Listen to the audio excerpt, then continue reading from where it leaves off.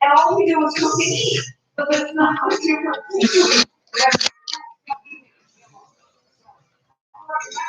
we got Facebook, Twitter, Instagram.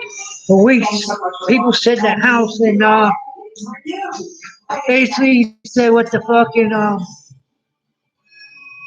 don't think pay attention to what really goes on. Little by little, their rights are disappearing. You got people telling you what to say, where to go.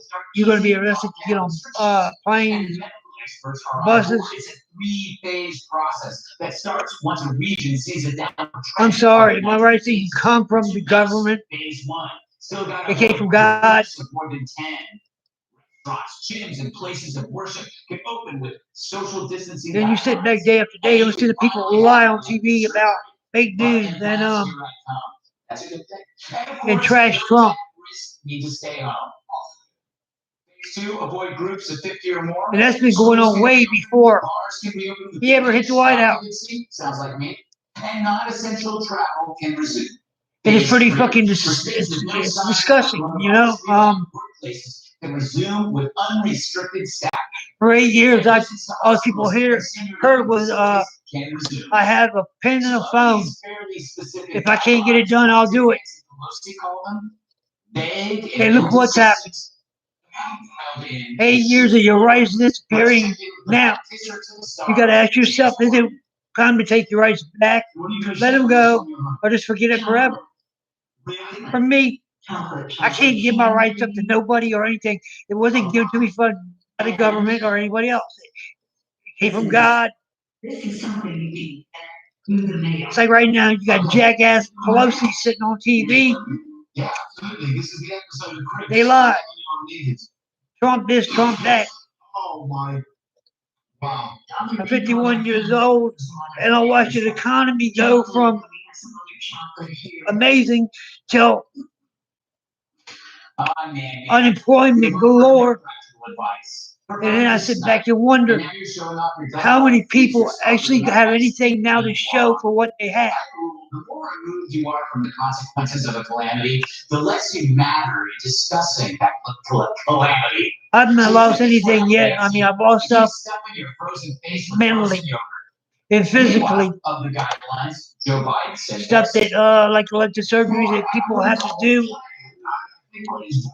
And I'm one of them people. He's decided that he's not good, he doesn't have the right to make. And then I was told, basically, you're going to have to go into rehab after you jump into the boots. And it made me sick.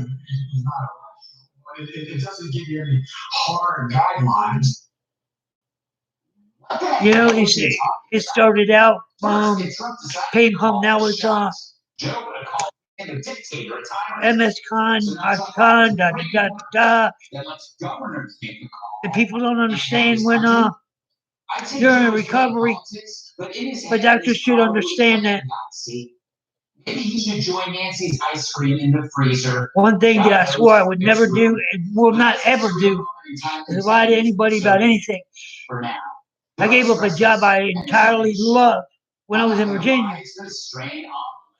I was a substance abuse counselor when I was told in school, and I could not talk about myself or anything that about anybody else. They might be able to help somebody else that was there. But me, I've been on both sides of that fence, and it just about killed me.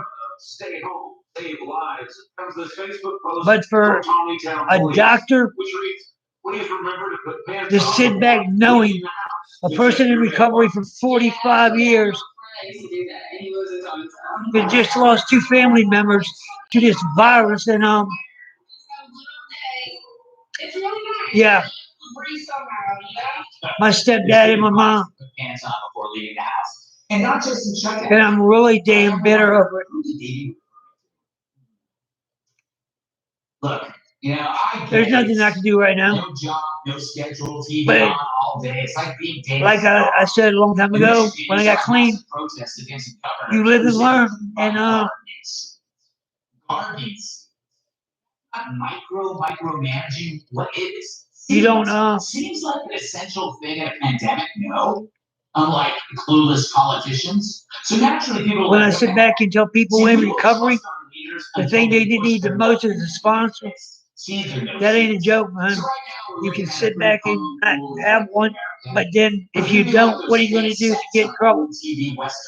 What you find behind the What are you going to do if a doctor decides to do what they did to me and basically throw you on one, you take all kinds of pills, knowing the pain will never go away again.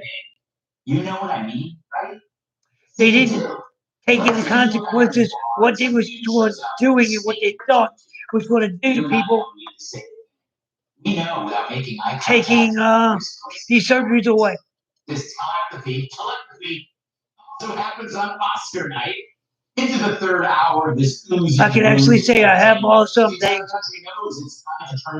And I know where I'm going to end up eventually again. We are like a boy band in sync. We are a connected brain, not separate identities. I left Virginia. It was for a reason. A reason that it feels like we are. I didn't want to live a life of casualties and I think it's week 5. We're patient, we're patriotic. So I come to Florida. Well, I've been for the last 17 years. They had people in my life taken away of a virus that vulnerable, and we still will do that. They didn't deserve. We got to ask, how much more can we take? And then I asked myself, why me? And then I work with the companies.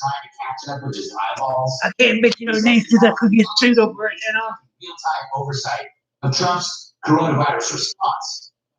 But I really want to. Captured all the attention with no-win impeachment porn. Then you got people running for president right now. Is now trying to do it. Man, you can imagine what he's really doing. They got no common sense. They don't know what they're doing, and they're like the one 8 years before. They didn't. They had a pen and phone, and that's how they got shit done. That's what's wrong with this. That's what's wrong with the U.S. now. So it's time to do what people do best. You can sit back. You can do nothing. You can fight for your rights, or eventually, them they're going to try to take it. They made that known, and they didn't care about saying it. AOC is perfectly honest. She don't care about what they do. Then you got people in Congress that lie on both sides of the aisle. They don't care about. They talk about how much they want to help the little guy. Well, I've watched people around me, the little guy, be destroyed. Like all these businesses of restaurants and friends that I have. And to see my brother and other people that was in the service come home the other news, after years of war from the abysmal inept World Health Organization, and to have to suffer with a virus and someone pass away, sickening. They didn't come home. They didn't want to come home to this. They just shouldn't have had to come home to this. The WHO lies. For years we kept hearing Trump and Russia, Trump, Russia. It's amazing how every day to the media. I wonder how much Russia really had to do with it. Frankly, with me, I don't think it had a goddamn thing to do with anything. He's done a million times, forcing it. Better job. What else? Show the guy a tire, and he's gonna. Unlike the media, look what happened in certain from the 80s up till now. I can name 2 presidents in my lifetime that actually did a hell of a job on the economy. But you will. That was Reagan and Trump. And they'll probably be linked in history. Surreal moment in time. But I can name a party that's learned to destroy everything in its past. It's time for some of us to get back to work. If we don't, we're off. Is it worth it? Is it worth your rights disappearing? You need to really ask yourself that. Because I If you can't, I can tell you. and I hear what you're saying. Look what's going around. Look what's happening around the U.S., man. Look what's happening now. Let's welcome tonight's They're letting guest. people out of jail over this no bail shit, Former CIA operative, the host of and they don't care. Declassified on Science Channel, Mike Baker. They don't care what they do. These people are being let out of jail. Host of the quiz show on Fox Nation. Some of them are murderers. Some of them are rapists. Hosted sincerely Kevin Fox Nation tapped in. His baby clothes. And guess who's going to be hurt out of this? The American people. The ones that gave and bled their life. All right. Go to Mike. You look like Not one time ever did I think ever I would ever have to have something in my house to protect me. That ended when that ended started. When you start letting people out of jail for no sense, because the world's greatest troller. Right? you know what? I never did a crime that I never had to pay for. The media went crazy. Yes. That's it. Crazy. Anytime I did a crime, I didn't fucking ask me to bail me out, give me out, do what they wanted. I did the goddamn time, man. I think it makes sense. The only part that doesn't make any sense is in the first phase. And the thing that really makes me sick is I'm a U.S. citizen, and anymore. There's no way. I feel like a lot of people, second class citizens. Who were doing everything but licking the equipment. So I feel like I just think maybe the gym should be certain people got more rights than I do, and You pointed out what Trump had done with the governors. It was the top anything that Trump has done to build that wall. he got When he started, look what they did. They tried to stop it. You had Joe Biden, Obama, and everything come out and either way we're faced with up against that wall, man. no matter what we But Right now, they're trying to take that shit down. back to work. I mean, we're working now. We're not together, right? I think you're in the next room, if I'm right. But Yes. we're learning how to separate. We're learning how. I'm not giving my rights up to there's no government So why not let us get back to work and show all the things or anybody. we got to get out of our house. My rights are from God, not the government. The day that I say that my rights are from the government, Well, first of all, I just want to say. that'll never fucking happen, man. I have to get that out of the way. Why do people have to wear pants to check the mail? Look, these are trying times, okay? And I it's sit not back after October 31st, right, with their butt flapping out. November, Who are you around to take that? Thanksgiving Day. Again, the protest. Those are the two darkest days of my life. Then to sit in the house on Easter. Right now, I don't understand. It made it for real. It's sick if people are buying seeds to grow crops. When I had to sit there and watch TV, Again, though, the governors have. something that I never thought I would have to do, be sick as hell Mike Baker, that whatever was going on, say, he doesn't because of know. narcotics that are being shoved in my body from a doctor. After jumping through hoops for a year, being told go into treatment and I can help you. Then getting a letter from a lawyer. Opposite things in the same week. You have a problem with the thing. It made me fucking, telling me there's nothing they can do right now but prescribe medication. I wonder if there's a half nudist. And being in recovery and having a doctor tell you that, it's like giving a loaded gun Not until just now. to a drug addict. I wish I had. They'll forever live in my brain. I apologize. Is that my question? Look what's happened in the last 3 years. Are you gonna be eating those fists? No, these are my. How many states are legalizing marijuana and why?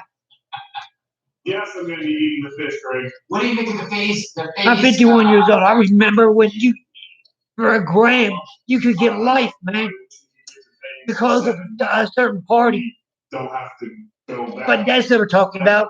Like you just go out in the wilderness and we'll just be outside for a few And if months. you think it's still legal, it's not legal, man. I think it's funny. Once you call with it, Now, since I've had so much time to watch TV, any cop I'm convinced has the discretion that of it's taking just, your ass to jail. Mainstream media is just drivers. No matter which way you go, they have a better way. He literally They had need to the do something, man. No. It's not worth it. You know, How dare I'm you? watching kids destroy themselves. How dare you? I gave up a job in a treatment center as a counselor How dare you? Like, because I couldn't talk to people about what was real and what was not. You can have those news A 24-month program is what I worked in, and it was Crossroads. Because when I was a kid, I went to Scared Straight, and How dare you? The reason why they did I asked myself, did I actually do this to get myself here? They want to wait till after something happens, and then they can come in like a. Was what I did worth what the? It's what I did worth the cost of what I did to my family and friends. I'm your mother-in-law. I have to question your. The people you care the most about, those are the people you hurt the most. Your friends don't give a damn one way or another. What goes on? They sit back and say they do. But when it really comes down to it, where are they at? Who is going to be there when you need them? Who's there to pick up the pieces when shit happens? With Otezla, 75% clear skin is achievable. You're allergic to Otezla. It may cause severe diarrhea, nausea, or vomiting. Otezla is associated with an increased risk of depression. Tell your doctor if you have a history of depression. For weeks, I've been bitter, and I have a reason to be bitter. The thing that my stepdad asked me to take care of, and I honestly believe, and I always will, a kid learns everything from their parents. They learn violence from their parents. You can sit back and say it's from video games, TV. That's a bunch of bullshit. When a dog gets beaten into submission and or blood and it's coming out of his eyes and ass, and you got to have the dog cremated. I just went through that from people that was illegally put here by the government. I used to think I used to live in a safe neighborhood. Not no more, man. That ended a month ago. It ended a month ago.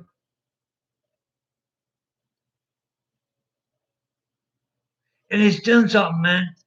I don't think no animals deserve to die in no kid's hands.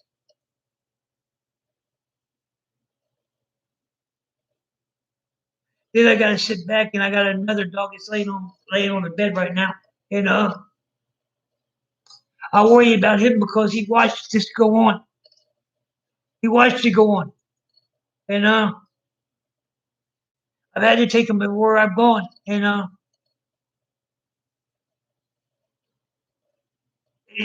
it bothers me. It bothers me to know that bandits had to see this. You see what happened out here. You hear that your land is your kingdom and your kingdom is your land, and in Florida they got this stand your ground thing, right? But if it really comes down to it, who do you think is gonna win that battle? You or the foreigners that are here?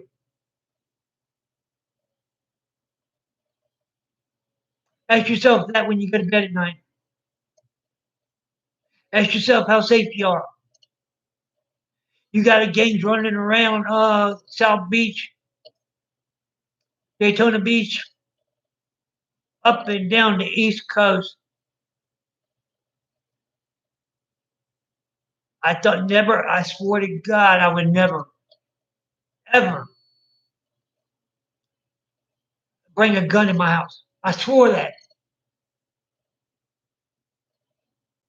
I didn't want one in my house. Um,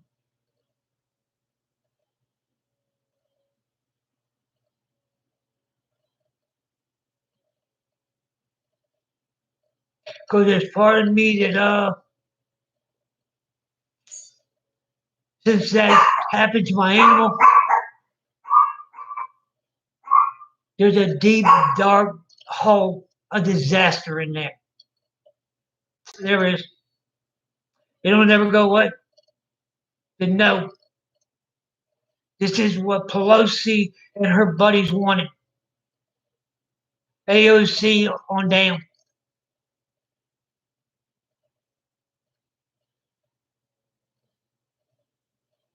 What they need to do is clean out Washington. Trump said it quite often. Get rid of the trash, man. The trash man needs to come to town and just clean it out. I've been here for 51 years of my life, and I've watched the U.S. turn upside down within the last 3 months. 22 million Americans unemployed, wondering how they're going to feed their kids, their family. And it's sad. It's goddamn sad because they can't do it. You know, yeah, I got problems, but I care more about what goes on around me than myself anymore.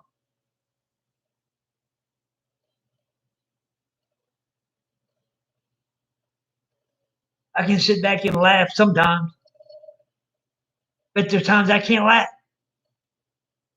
I get depressed and don't care. But I do have people to talk to when I need to. Things that I used to enjoy, I don't enjoy anymore. Because I wonder who's going to do something that like destroy that too.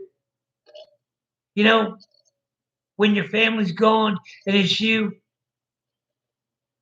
that's all you got. That's all you got is you. You just got that day, that time, that minute.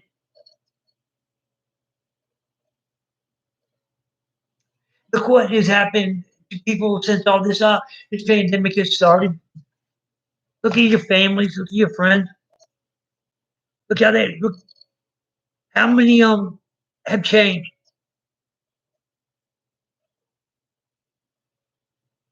Look at how many of them are afraid to do anything.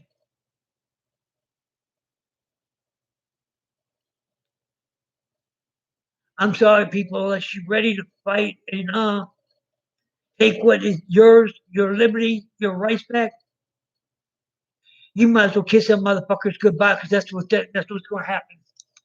I grew up in Washington D.C. in a rough ass neighborhood, right there from the Capitol.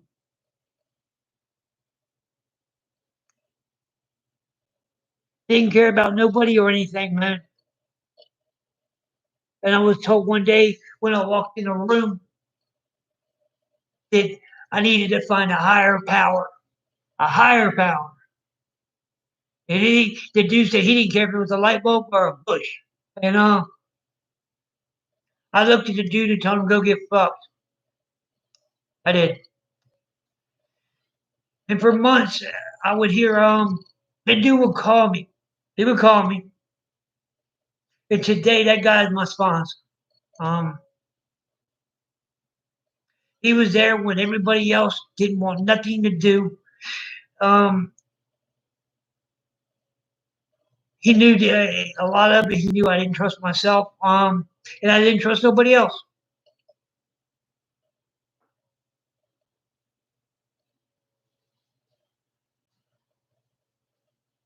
And then I sit back to the day after everything that's going on with this doctor telling me that might have to go back in treatment after having a pump in my body for 20 years so I could have a normal life. It made me sick to my stomach, man.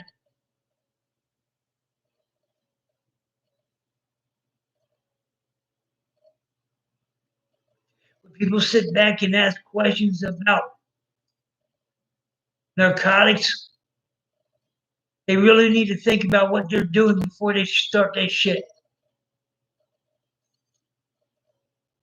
You know, I thought I was doing the right thing at first by taking it, and that wasn't right. And, none of it was right. I trusted a doctor with my life, and now I'm asking, how much did my life actually mean to this fucking doctor for 20 years? Virus or not, I don't want to sit back going to lose my legs again.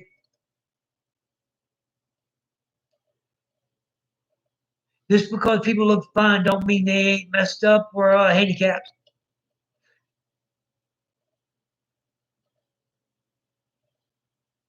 You know, when I was told we can help you walk again,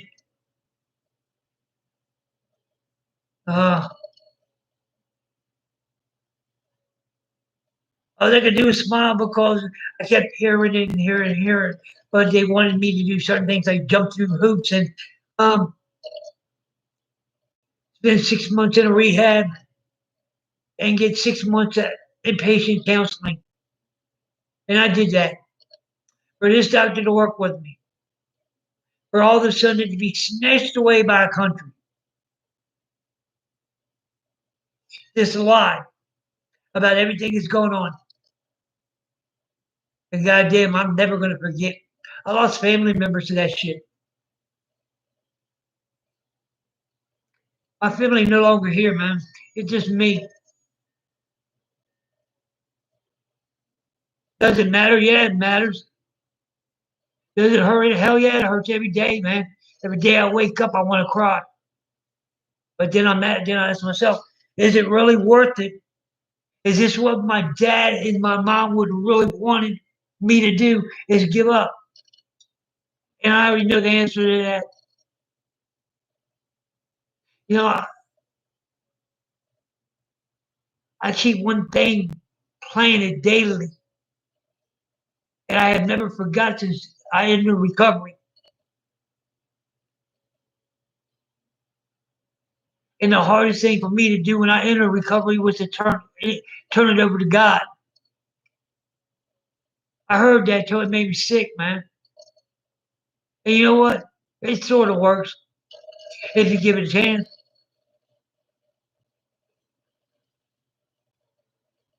I'm not going to sit around day after day and bitch and complain about this and that. I'm getting nowhere doing it. I'm trying to sell my house now and start over again. That's what people would want from me. I decided to do this because man, I could get stuff out. Maybe, just maybe, it ain't like treatment where you're afraid to work there and be sued over what you say. 'Cause you're not allowed to do that. I went to school and was told you cannot talk to people about yourself, anything about you, because you could be sued. And well, I work at a job where you can't tell the truth. If somebody asks you a simple question, serious question, and you can't tell them that you've been on both sides of that fence, what good is it really to anybody? The first thing I learned when I came into A, that or then it was an anonymous program. Not the police, not anybody could come up in there and they seen you there. They couldn't do a damn thing you do.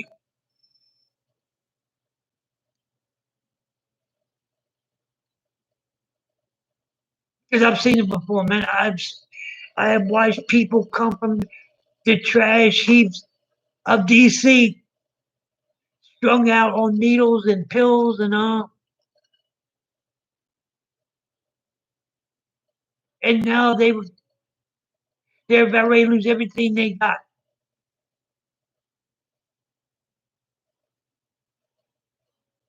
I work at a home, and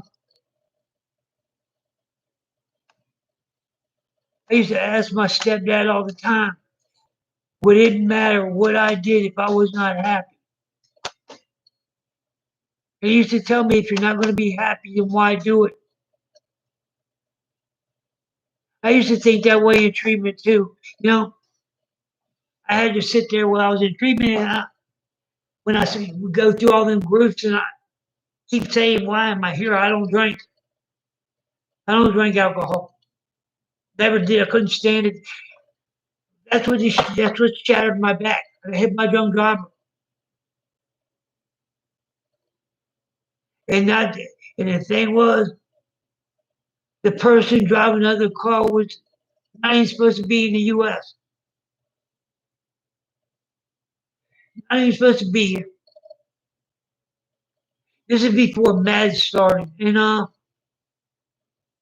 don't forget. And I don't forgive. You know? And I sit back and it was like, can I hold a grudge against everybody that comes across that border illegally? Yeah, I can. Yeah, I can. I got friends that did it the right way, not the way these people do it now.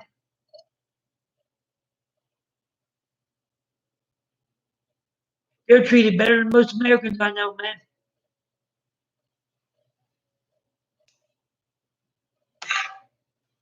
And I'm pretty sure I'm not the only one that feels that way.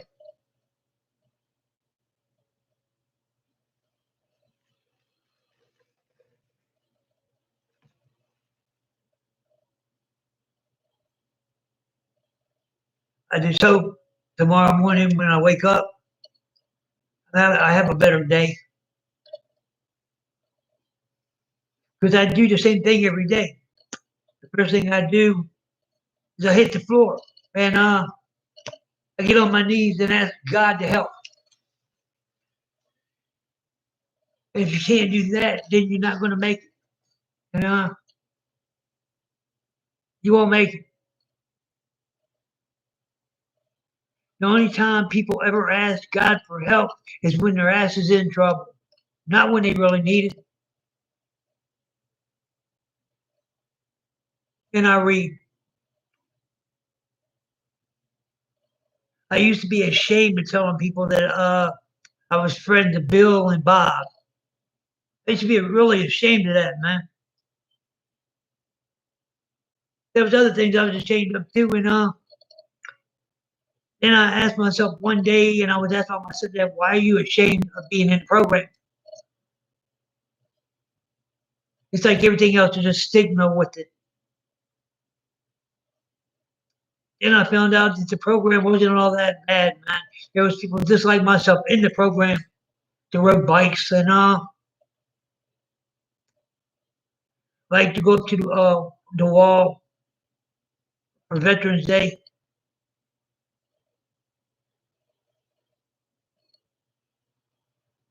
I'm in a silver bike gang now.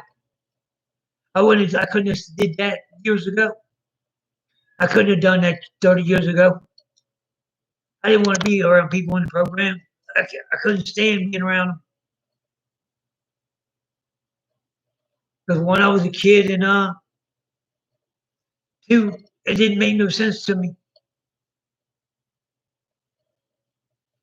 And then when somebody had asked me a question, what would make me happy? What would make me happy?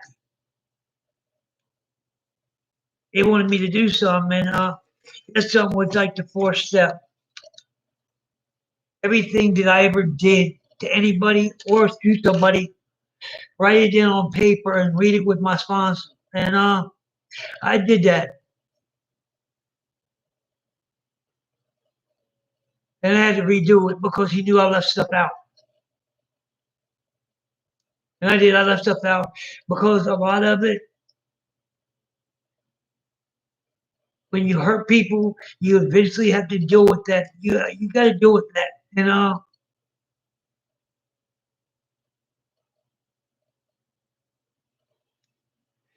that's something that that's a growing experience. Once you can learn to help somebody besides yourself, and give up things that don't mean nothing, you can say that you actually did something. I read 2 books every day. The big book and the NA book. I got a workbook every single day. And I call my sponsor every single day, no matter how bad to me, it bugs him. But you know what? He's there for that reason, man. And he always will be there for that reason. You know? He's never going to tell me to go away because he don't want to hear it. But when I don't call, don't think my phone don't ring. Because it does. And don't think he ain't angry because he knows that when you left to your own devices, you can get your ass in a hell of a lot of trouble. And are your devices and trouble working? That's what you really got to ask yourself now. I sit back and I watch Trump get trashed day after day after day after day. Then I sit back and I wonder how many of these people actually knew that he was friends with all these son of a bitches before he was president, and how many he gave money to. And when the USFL started, who started this shit?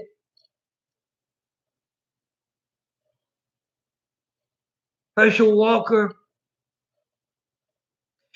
the Buffalo Bills quarterback, Jim Kelly. They all started under Trump's league. And it was for the NFL was the reason it was shut. I love that league, man. That the New Jersey Generals, the Washington,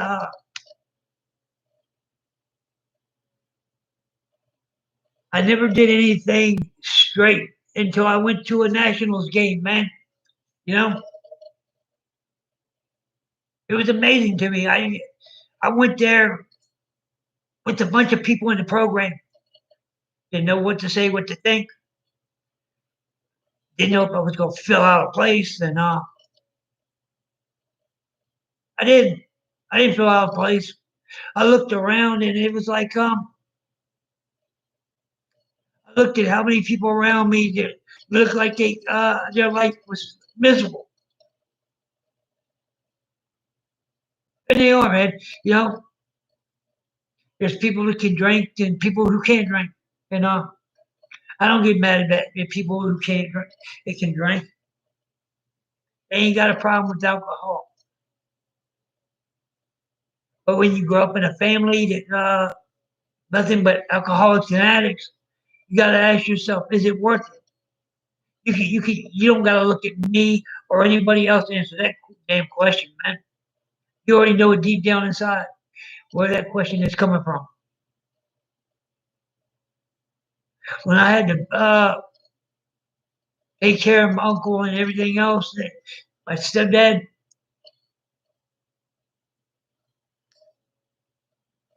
watch him be carried out of my house on a stretcher.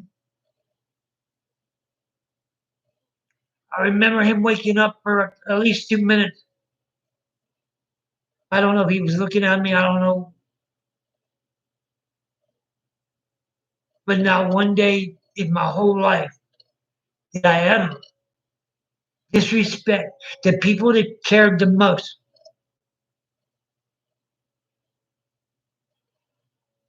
When people step in your life, it's for a reason.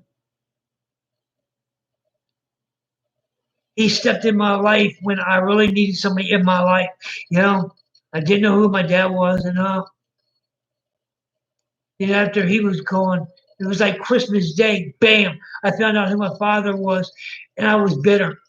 I was bitter. And to this right now, I hate this. I hate it.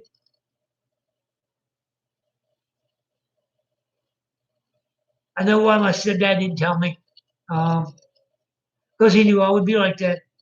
He's just kept telling me I'd be better off not knowing who my real father was. Because I looked for years. I did. I looked for years, and I kept coming up with nothing. Nothing.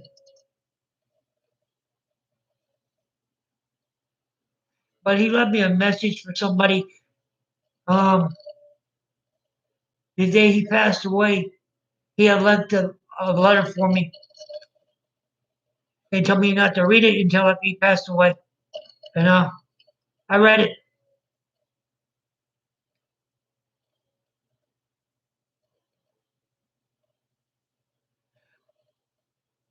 I found out who my real dad was. And I found out why exactly my stepdad took over.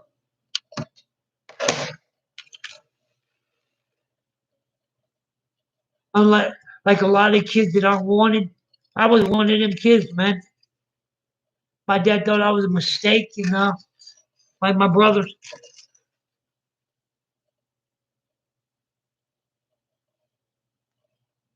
And the only thing was a mistake was my dad.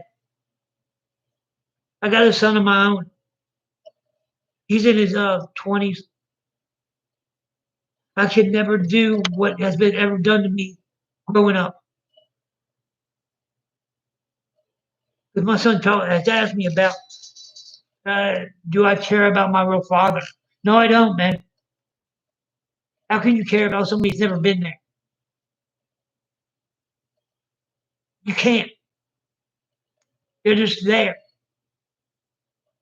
I might have to see this person on Christmas. I might have to see this person on holidays. But they're just there. They never matter to me.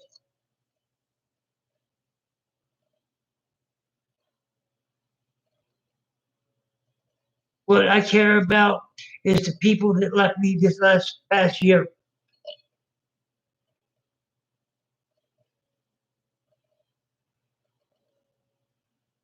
And I lost my mom to cancer, and my dad to dementia and Alzheimer's.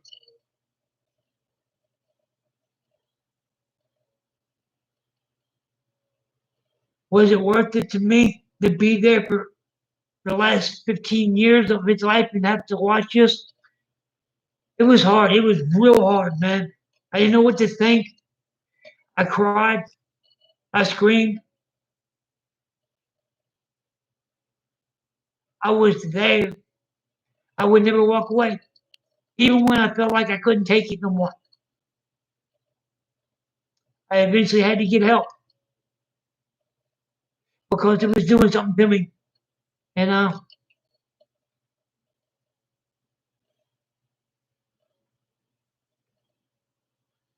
at the last, I think, month of his life, Uncle was in a coma. My stepdad was in a coma.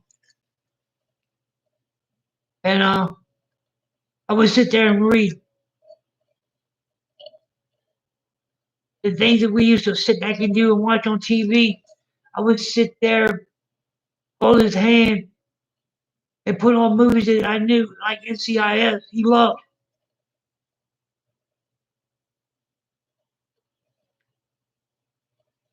Anything he loved, I would do just to do it, just to let him know I was there. He knew I was there. He knew I was there. Would I do it again if I had to do it again? Yeah. I grew from that. Nothing that I did, nothing I did mattered. You know, people figure out when they get older and when they're put in that situation. If I was to have to take care of my parents in that situation, what am I going to do? That's a question between you yourself, and your maker.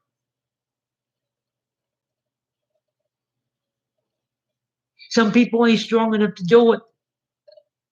At first, I didn't think I could do it. When I got a call from the hospital telling me that my stepdad had 6 months to live, I was asked a question. Could I handle it?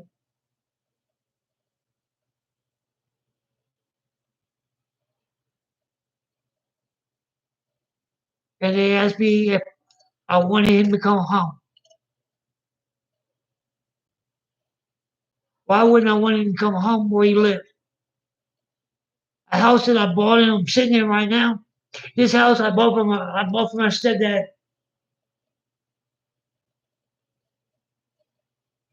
And now because it's like I'm having a hard time being here and selling it. And just to start over again.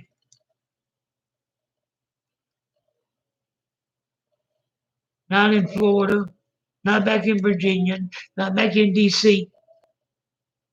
This time I might go out to the country and live.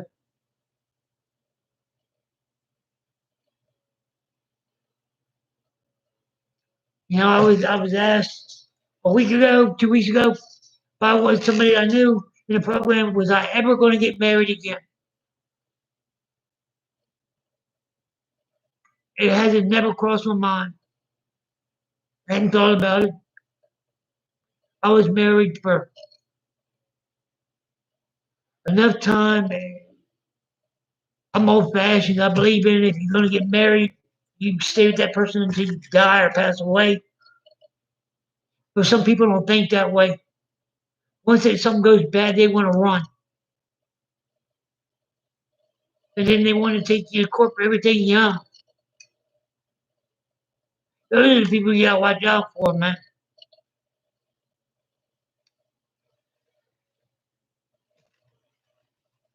And you ask yourself, do you want to get married again? There's a part of me that says yes, and there's a big part that says it ain't worth it, man. You know?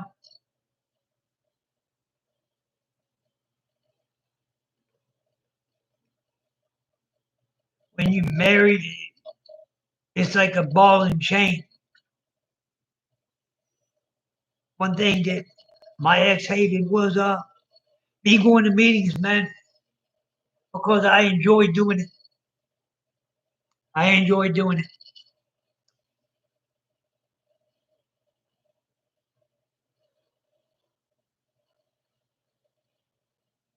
Anytime I got in trouble, there was somebody there to help me, you know. Now I ask myself is what the hell next? And what should I do next? And I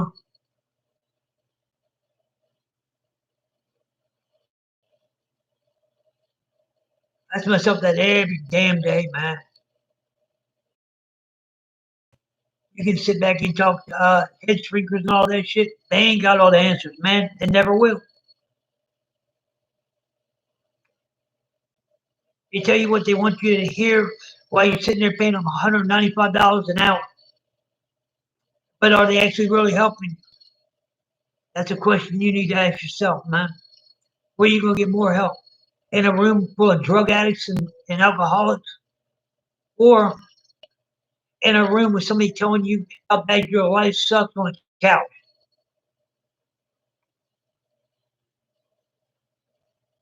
What you need to do to clean your life up. And you're thinking deep down inside, you are just a sick fucking dude, man.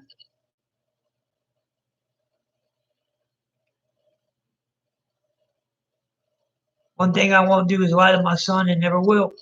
And he ever came to me and asked me anything, I tell him, you know, I can't. You don't keep stuff from kids because it eventually blows back up on you. And I asked my son Brandon, I was like, would you hate your dad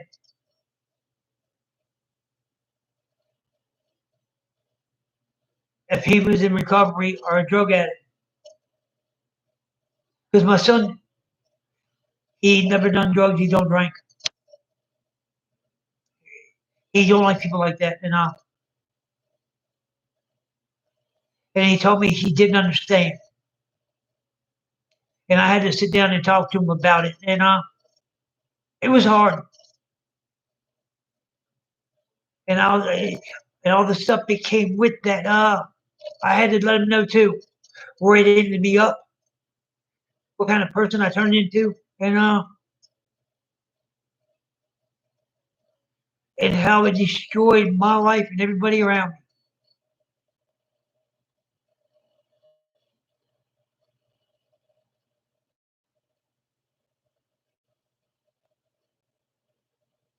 But there is a bright side to all that. Once you tell that person you care about, no matter if it's your kids, your family,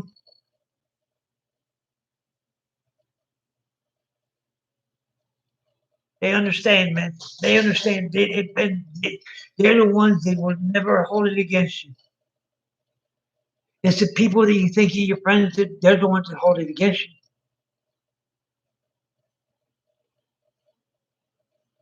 I used to sit back when I was younger and hear about MAD. That was started after I got in that really bad car wreck. Coming home from work.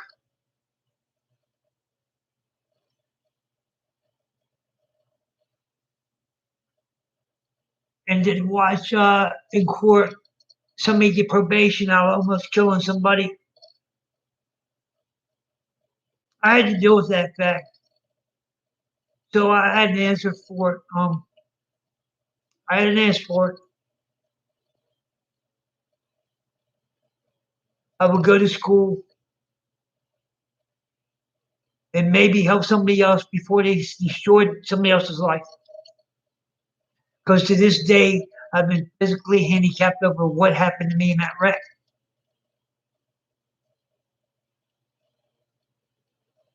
I had nightmares over that wreck. There were people in the car with me coming out from work. One of them didn't even make it.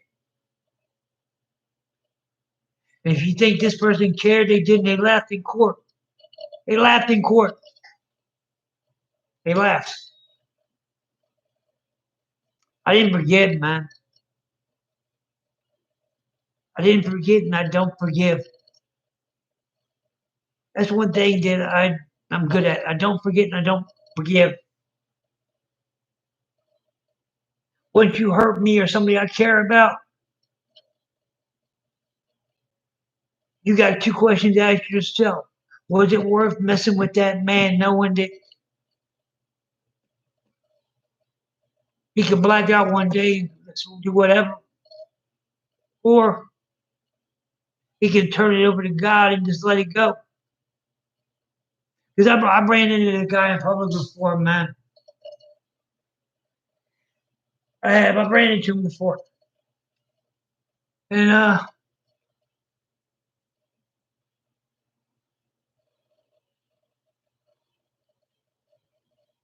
I can do right now is pray for that guy. Pray for it that he changes. Pray that he gets some help. Pray that he never picks up another can of alcohol again. Because when you're coming home at 6:30 in the morning, you get hit by a drunk driver, there's a problem, man. There's a big problem. Your ass shouldn't be drinking. Because eventually you're going to kill somebody. And when that person on the other side of that vehicle lays in a coma for 6 months, a year, wake up wondering what happened, and their life is changed changed. I've asked myself, was it worth it? If I could ever do it over again, would I redo anything that has ever happened from that? I've asked myself that day after day. You know what? Everything happens for a reason. And I know you've heard it. Everything happens for a reason.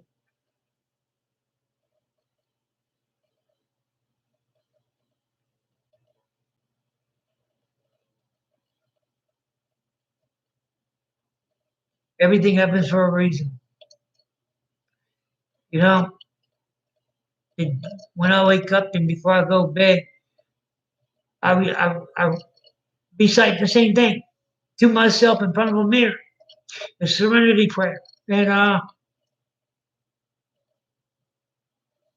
that kills me during the day. I get on my hands and knees and pray. That God will lead me one direction instead of leading me down a different road. I couldn't understand why my sponsor would tell me that I needed to pray. I couldn't understand it, man, at all. None of it. I didn't want to pray. I didn't care about church.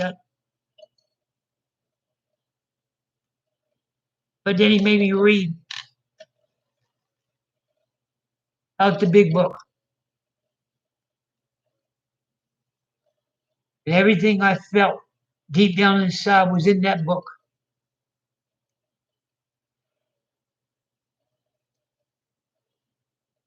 The 9-step prayer, the serenity prayer,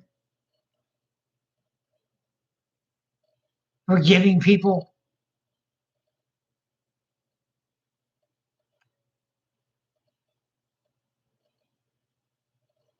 forgive those who do not know what they'll do to you.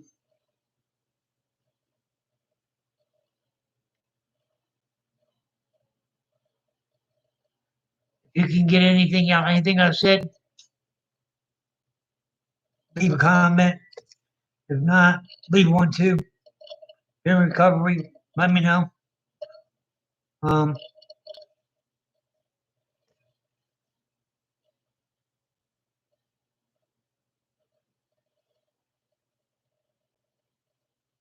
Or if anything you want to just leave, you can leave a message and I'll get back to you. I'm gonna try to clean the house and because I can't sleep right now and listen to some music.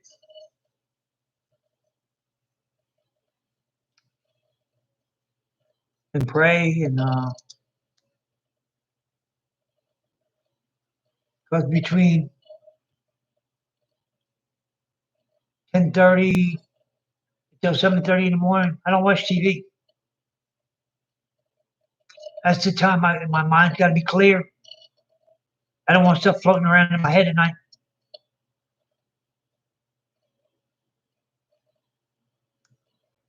All right. Have a good night. Remember, if nobody else cares about you, I do. Good night.